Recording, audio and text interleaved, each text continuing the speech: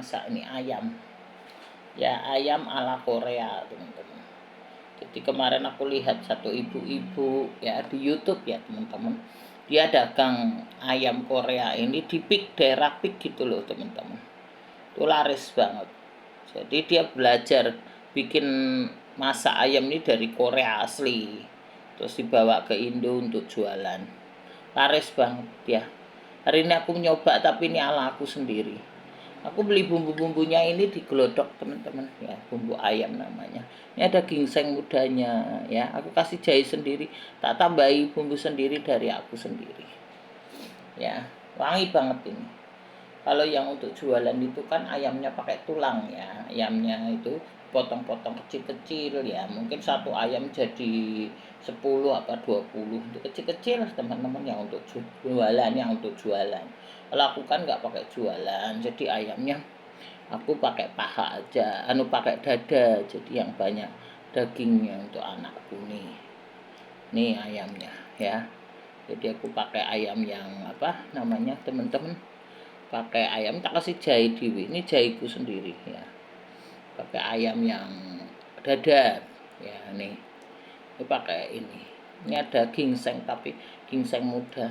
Nah gini ya teman-teman, supaya teman-teman nggak tahu ini buah apa, ini bulat-bulat ini aku beli sudah ada ininya kayak gini, cuma pakai sedikit, aku beli 2 plastik, cuma pakai sedikit gitu ya teman-teman. Aku untuk contoh aja ke teman-teman aja kayak gitu.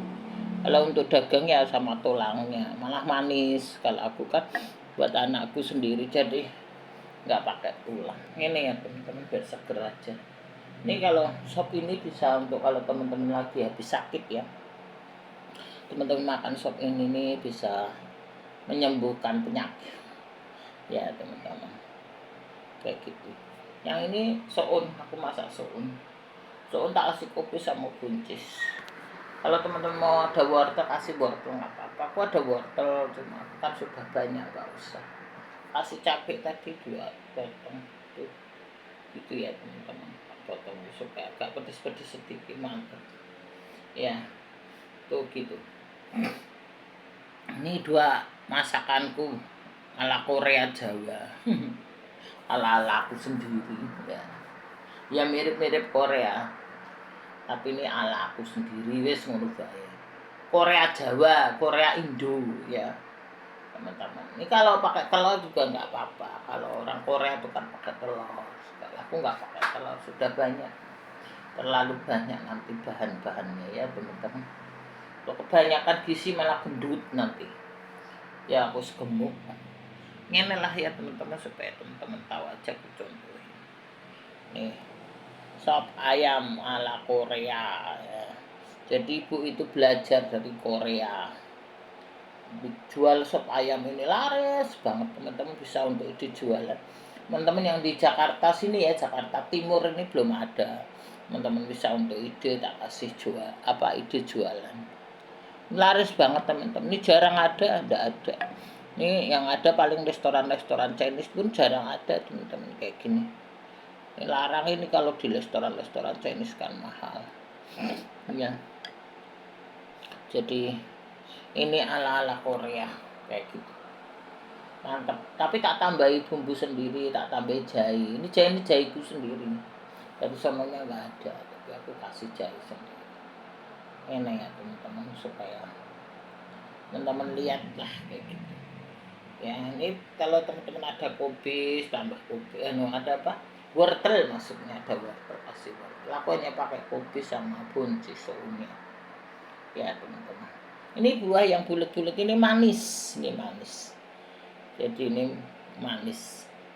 Ini sebenarnya bumbunya cuma bawang putih doang teman-teman, bawang putih, terus ladanya sedikit, sama kalau teman-teman mau pakai Maggi silahkan pakai Maggi apa Masako Bareko ya. Jadi ini gini, kalau aku tadi teman-teman aku pakai jahe, pakai bawang merah karena ala-ala aku sendiri ya. Biasanya kalau masakan Chinese itu nggak pakai bawang merah teman-teman. Kalau masakan Chinese itu rata-rata teman-teman banyak bawang putih gitu. Dan aku ala aku sendiri, jadi tak kasih bawang merah sedikit gitu ya teman-teman. itu. Kemarin aku itu melihat satu teman-teman, satu film teman-teman. Ya film ini bagus sekali untuk pelajaran para ibu, para anak gadis, ibu-ibu muda ya. Teman-teman itu bagus teman-teman. Jadi di film itu ada seorang perempuan lah teman-teman. Ya cerita ya teman-teman di film itu sedikit aja. Pak perempuan ini orang berpendidikan ya, bangsawan lah, dia orang berpendidikan, dia bangsawan, terus dia pinter teman-teman. Dia itu masih punya ayahnya keturunan jaksa di Amerika gitu, orang Amerika dalam film itu keturunan jaksa lah, orangnya cerdas, pinter, cantik sekali, cantik ya teman-teman. Dia ketemu satu laki-laki ya, dia kenalan, berkawan, berteman, akhirnya dia menikah, kerja bersama kayak gitu loh teman-teman. Tapi dia nggak tahu namanya orang menikah itu, kita kan nggak tahu. Waktu kenalan ya baik, nggak kelihatan, ternyata laki-laki ini psikopat teman-teman.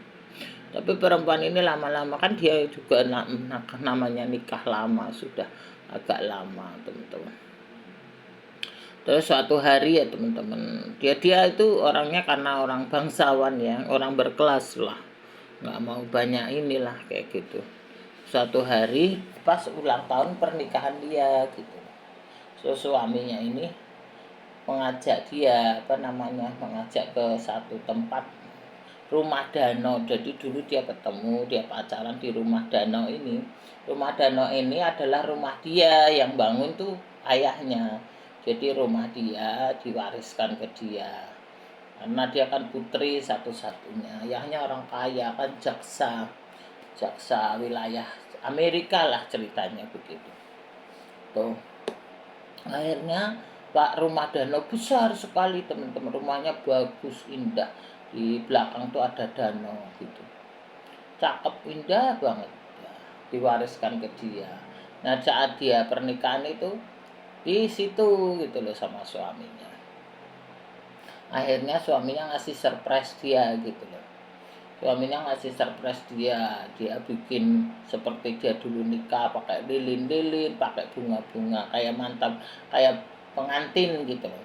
Ya udah, dia bahagia. Terus foto-foto dia pengantin dihias gitu. Dia senang, dia bahagia. Terus ada musiknya, musik waktu dia nikah itu loh teman-teman. Ya dia ingat pernikahannya. Terus dia dikasih hadiah sama suaminya kalung. Ya, di dalam kalung itu ternyata kalung kayak manik-manik, ternyata berlian gitu loh teman-teman. Dia juga enggak tahu. Terus dia punya teman laki-laki, teman kecilnya lah. Dia baik banget sama dia. Dia bilang dia mau pergi ke rumah danau, kasih tahu temennya. Oh iya, selamat ya, dia mau merayakan ulang tahun pernikahannya lah. Dia mau merayakan anniversary pernikahannya. Ya dia mengucapkan temannya ini baik sekali karena teman kecilnya. Ya teman kecilnya, jadi dia baik. Sudahlah, akhirnya dikasih surprise. Ternyata laki-laki ini memang dasar psikopat. Psikopat itu udah susah teman-teman ya. Yang namanya kita baru nikah, kita kan nggak tahu ternyata dia dapat psikopat. Setelah nikah malam kan, pernah nikah ulang lah, maksudnya anniversary, ulang tahun pernikahannya. Terus dia itu diikat teman-teman, tangannya itu namanya psikopat, diikat, diranjang. Jadi dia tuh nggak bisa gerak. Terus suami dia tanya kenapa, dia kan lagi tidur pulas gitu sampai pagi. Ternyata tangannya diikat waktu dia tidur, tangannya diikat. Kenapa tanganku diikat gini gitu? Terus dia marah, ternyata kamu penipu, dia mengkhianati dia begini begitu. Dia berantem sama suaminya. Terus suaminya itu ambil pistol gitu loh teman-teman. Ambil pistol mau ditembakin ke dia. Ternyata ya namanya dia itu kan orang baik, orang benar ya. Orang benar, suaminya yang nggak benar. Akhirnya peluru itu mental kena suaminya sendiri. Jadi akhirnya suaminya mati sendiri. Terus akhirnya dia kan masih diranjang tangannya itu, masih terhubung gitu. Nah, akhirnya dia melepaskan diri. Dia baru melepaskan, dia bawa mayat suaminya kan mati, dia mau kuburin. Dia mau kuburin, dia cari mobilnya ternyata habis bensin teman-teman, nggak bisa jalan.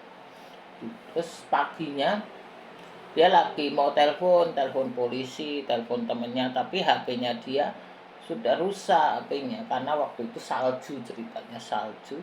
Jadi HP-nya dia itu dimasukin suaminya di airport itu loh, sehingga HP-nya nggak nyala. Terus temennya itu yang tadi suruh tengok dia itu datang, temennya datang. Akhirnya temennya mau membantu memakamkan suaminya lah.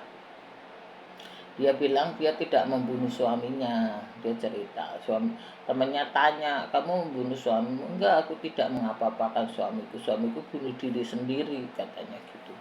Dia memang nggak membunuh, suaminya tadinya membunuh dia, pelurunya kena dia sendiri. Artinya kan suaminya bunuh diri sendiri. Dia suruh lapor polisi, dia mau lapor polisi, temannya bilang sudah nanti aku atasin, dia gitu. Tiba-tiba datang, dia suruh masuk, temennya itu masih di luar, belum masuk. Akhirnya datang satu orang, nah itu adalah tukang ledeng dulu teman-teman, tukang ledeng. Dia bilang dia ditelepon oleh tuan itu untuk memperbaiki ledeng, untuk memperbaiki air, banyak airnya rusak. Terus temennya bilang, temennya ini bohongin tukang ledeng, oh enggak ada yang rusak. Jadi dia nggak mau ketahuan bahwa tuan itu meninggal bunuh diri itu. Ya sudah, karena dia kan orang penting teman-teman, orang terhormat lah gitu. Dia bilang tuannya nggak jadi perbaiki ledengnya, besok udah nyala sendiri, kata dia kasih uang tukang ledeng. Ternyata tukang ledeng ini dibuntutin satu penjahat psikopat juga. Nah, penjahat ini mencari suami perempuan ini, katanya penjahat ini temennya ini mencari teman suaminya. Si suaminya kan psikopat itu, mencari katanya berliannya ada pada suami cewek ini, tapi suaminya kan sudah meninggal gitu loh teman-teman. Akhirnya cewek ini diuber-uber, mau dibunuh teman-teman. Dia kan bilang dia membongkar lemari besinya, nggak ada ininya, nggak ada berliannya. Akhirnya cewek ini dikejar-kejar mau dibunuh. Dia mau buka kalungnya, kan berliannya ada di dalam kalung. Dia juga nggak tahu berliannya ada di situ. Terus singkatnya, dia membuka kalungnya kan nggak bisa. Akhirnya tukang ledeng itu bilang, akhirnya bertengkar sama temennya yang bela itu. Temennya ditembak mati. Jadi penjahat itu menembak temennya, temen cewek ini. Akhirnya cewek ini sedih banget, temennya mati berkorban untuk dialah. Dia diuber-uber mau dibunuh. Singkat cerita ya teman-teman, akhirnya tukang ledeng itu bilang jangan ada korban lagi gitu. Cewek ini mau dibunuh, tapi tukang ledeng itu membela. Akhirnya tukang ledeng itu juga dibunuh sama penjahat itu. Tinggal cewek itu sama penjahat itu. Dia diuber-uber. Namanya salju, dia keluar rumah itu loh, kan musim salju, dia keluar rumah. Salju itu kan nggak kelihatan, namanya itu rumah danau, jadi danau itu menjadi salju semua. Ya itu, akhirnya dia diuber-uber, dia lari ke situ. Akhirnya dia kan mau nguburin mayat suaminya itu. Dia sama suaminya sama penjahat itu masuk di air danau itu. Air danau itu kan jadi salju, jadi nggak kelihatan, itu alam sekali. Akhirnya penjahat itu akhir hayatnya, ya ini cerita singkat, akhir hayatnya penjahat itu mati di air salju itu. Cewek ini berusaha naik gitu, karena masih salju, dia pakai besok. Akhirnya ya namanya orang baik itu Tuhan pasti menolong. Akhirnya Tuhan menolong, dia hidup. Dia akhirnya keluar dari salju itu, dia hidup gitu loh teman-teman. Ya akhir hidupnya, akhirnya dia pulang hidup bahagia sama anaknya.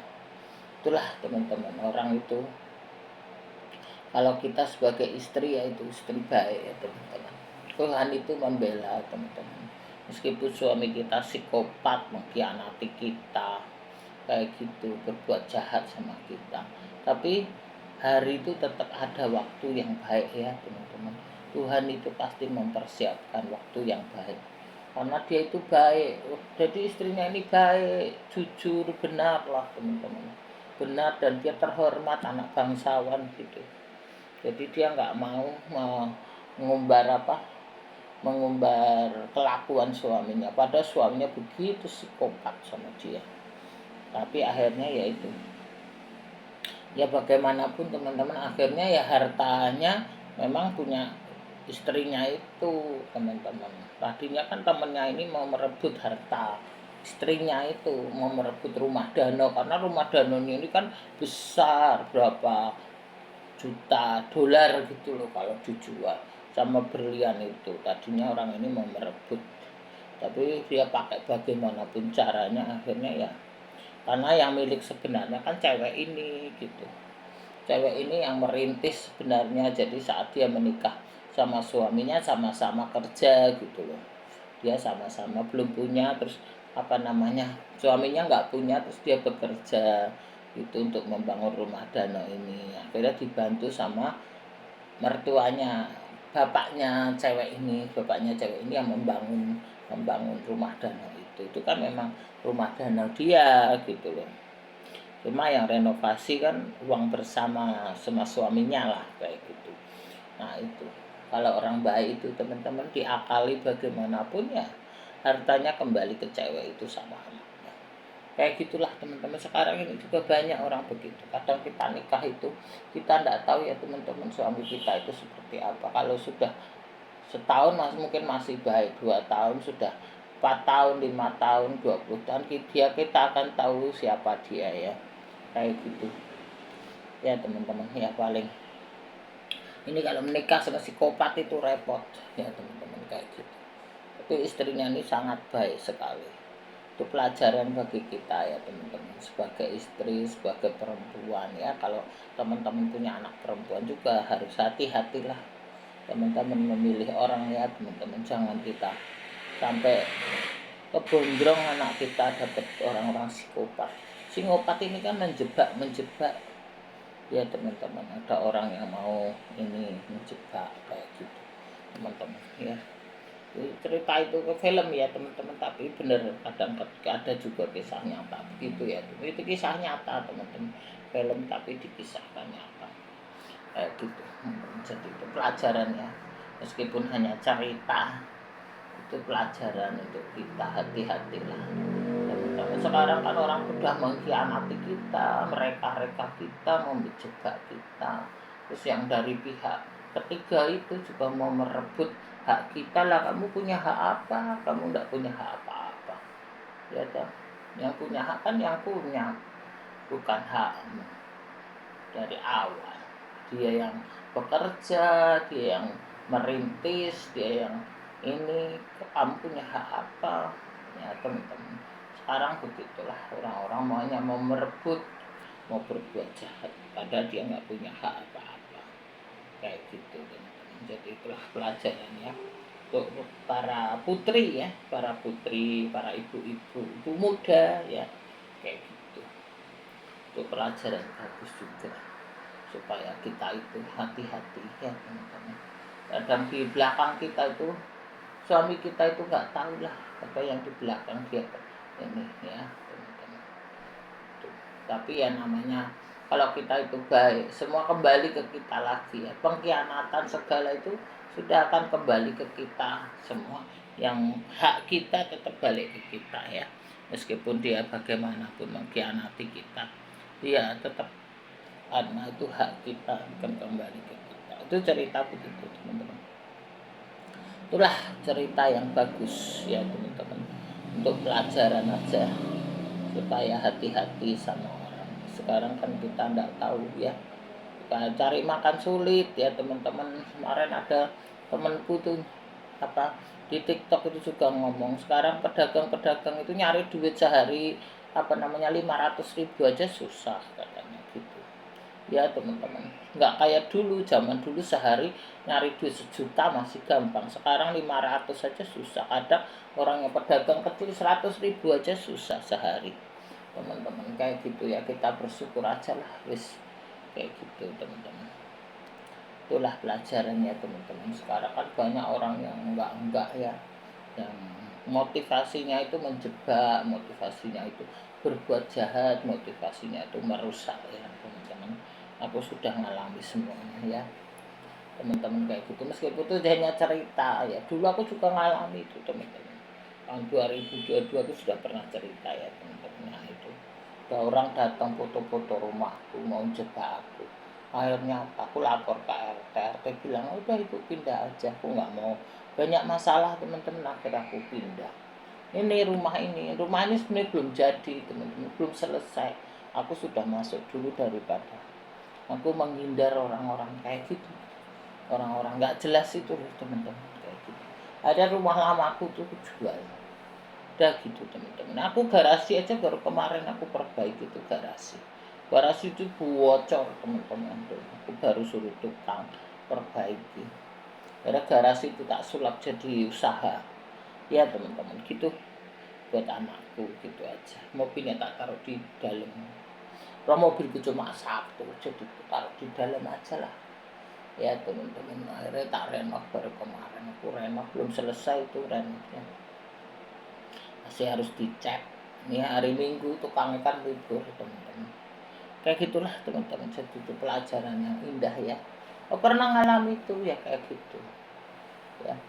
Udahlah, bisa aku lupakan aja, aku ampuni aja orang-orang begitu. Oh, mereka menipu, mau menjebak gitu. Aku daripada ribet ya teman-teman, aku pindah aja wis, selesai. Itu ceritanya teman-teman. Jadi aku ingat kemarin aku lihat film ini, aku inget ya teman-teman, kisahku dulu sama, hampir sama, nggak sama persis sih ya, tapi aku sempat mengalami kayak gitu. Jadi ya nggak sama banget enggak, tapi mirip-mirip lah kayak gitu.